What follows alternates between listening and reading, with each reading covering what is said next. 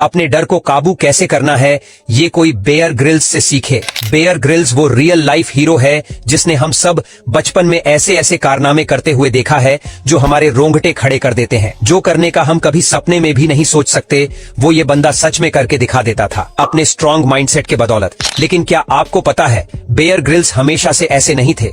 ये बंदा जो फियरलेस और स्ट्रांग मैन की तरह दिखता है वो अंदर से कभी वीक, कमजोर, डरा हुआ एक शख्स और डिप्रेशन में रह चुका है। दोस्तों, बेयर ग्रिल्स अपनी ऑटोबायोग्राफी मर्द स्वेट एंड टीयर्स में लिखते हैं, डर आपको बाहर से सख्त दिखने पर मजबूर करता है लेकिन अंदर से आपको कमजोर और वीक बना देता है। बैचलर्स को सबसे बड़ा डर था हाइट्स यानी ऊंचाई का, जिसे एक्रोफोबिया कहा जाता है। लेकिन देखना, मिरेकल ये है कि कुछ साल बाद अपने शो के हर एपिसोड के स्टार्टिंग में ऊंचाई से हेलीकॉप्टर से उतरते थे और बेयर ग्रिल्स यूके की स्पेशल फोर्सेस SAS का पार्ट रह चुके हैं जहां उन्हें पैराशूटिंग का खूब एक्सपीरियंस था।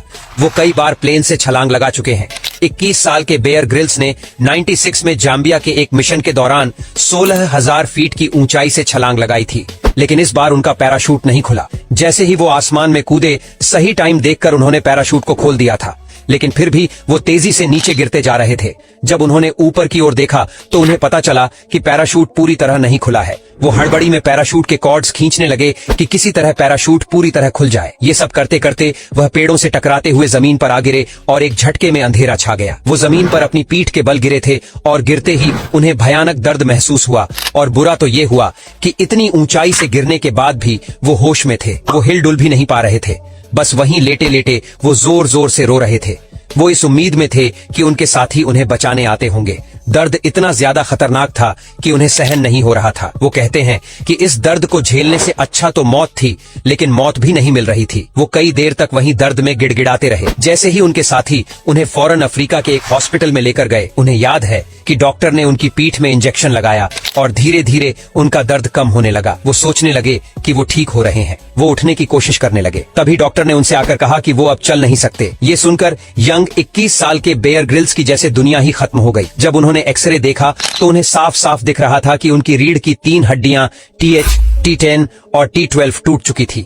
ये इंसान के पीठ की सबसे मजबूत हड्डियां होती हैं जो एकदम चकनाचूर हो चुकी थी। पहाड़ चढ़ने वाला नौजवान अब चलकर बाथरूम तक नहीं जा सकता था। वह कहते हैं, पैराशूट से गिरकर इतनी हड्डियां तोड़ने में इतना दर्द नहीं हुआ जितना 1 साल हॉस्पिटल में रहकर। इन हड्डियों को जोड़ने में उन्हें बहुत ज्यादा दर्द सहन करना पड़ा। हॉस्पिटल में बेड पर पड़े हुए वह सोचते थे कि शायद अब वो कभी नहीं चल पाएंगे। उनकी जिंदगी जीने का रीजन, मीनिंग और पर्पस एडवेंचर था, घूमना फिरना, नई जगह एक्सप्लोर करना। इस चोट ने उनसे उनके जीने की वजह ही छीन ली थी। यह सोच सोच कर उन्हें रातों को नींद नहीं आती थी। एंग्जाइटी से वो पसीने में लथपथ हो जाते थे। उनकी सांसें फूलने लगती थीं। उन्हें हर रात बस अफसोस होता था। खुद पर दया आती थी, खुद से नफरत भी होती थी। 2 महीने बीत चुके थे पर उनकी सेहत में कोई सुधार आने के बजाय उनकी हालत बद से बदतर होती जा रही थी। दर्द बढ़ता जा रहा था और शरीर घटता जा रहा था। अपने हाल को देखकर वह और नेगेटिव होते गए। उन्हें कुछ भी अच्छा नहीं लग रहा था। बात बात पर गुस्सा और रोना आता था।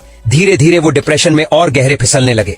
जो लोग उन्हें जानते हैं उन्हें लगता था कि बेयर ग्रिल्स तो बहुत पॉजिटिव बंदा है, वो मेंटली बहुत टफ है, वो बहुत हिम्मत और पॉजिटिविटी के साथ इस परेशानी का सामना कर लेगा। लेकिन ऐसा नहीं था।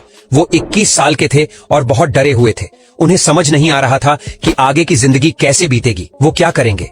उनके सारे सपने खुद खत्म होते हुए उन्हें दिखाई दे रहे थे। आधी रात को अपने बेड पर लेटे लेटे उनकी नजर दूर रखे एक फोटो फ्रेम पर पड़ी।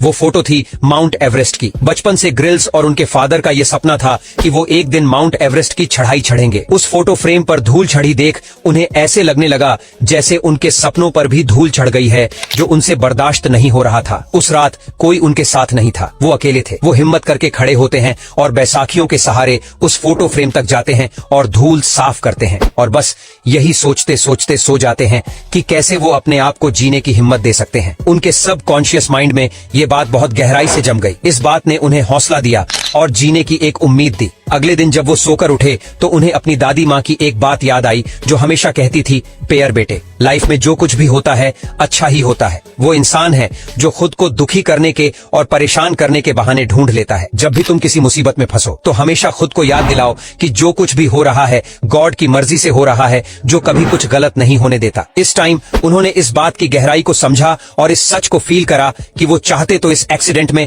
इस इंजरी और चोट से मर भी सकते थे, लेकिन क्योंकि वो जिंदा है इसका मतलब गॉड ने उनके लिए कुछ बेहतर प्लान करके रखा। इसके बाद उन्हें इस बात की चिंता खत्म हो गई कि उनकी लाइफ में आगे क्या होगा, क्या वो चल पाएंगे या नहीं, वापस स्पेशल फोर्स में काम कर पाएंगे। उन्हें अब इन सब की फिक्र और चिंता ने सताना बंद कर दिया। जब उनकी ओवर थिंकिंग कम हुई तो मन को शांति मिली, फिर उनका स्ट्रेस और नेगेटिविटी भी कम होने लगी। अपनी बॉडी से पहले उन्होंने अपने माइंड को रिपेयर करना शुरू कर दिया। माइंड स्ट्रांग हुआ तो बॉडी भी अपने आप हील होने लगी। उनके जख्म भरने लगे, हड्डियों के जुड़ने की स्पीड तेज हो गई। उन्हें अपने सबसे करीबी दोस्त एड एमएस की एक बात याद आई, जिन्होंने एक बार बैजल से कहा था, अक्सर भगवान को बुरा भला बोलते हैं, भगवान के हाथ में जन्म, मृत्यु और फिर पुनर्जीवन होता है और इस इंजरी से तुम्हारा पुनर्जन्म हुआ है। अब मैं ऐसा हूँ जैसा एक नया बच्चा होता है, किसी चीज की कोई चिंता नहीं, न अपने पास्ट की न ही फ्यूचर की, बस ग्रेटफुल हूँ तो अपने प्रेजेंट के लिए। बेयर ग्रिल्स कहते हैं, जिंदगी अक्सर हमें दूसरा मौका नहीं देती, लेकिन अगर ऐसा होता है तो बहुत ज्यादा ग्रेटफुल रहे।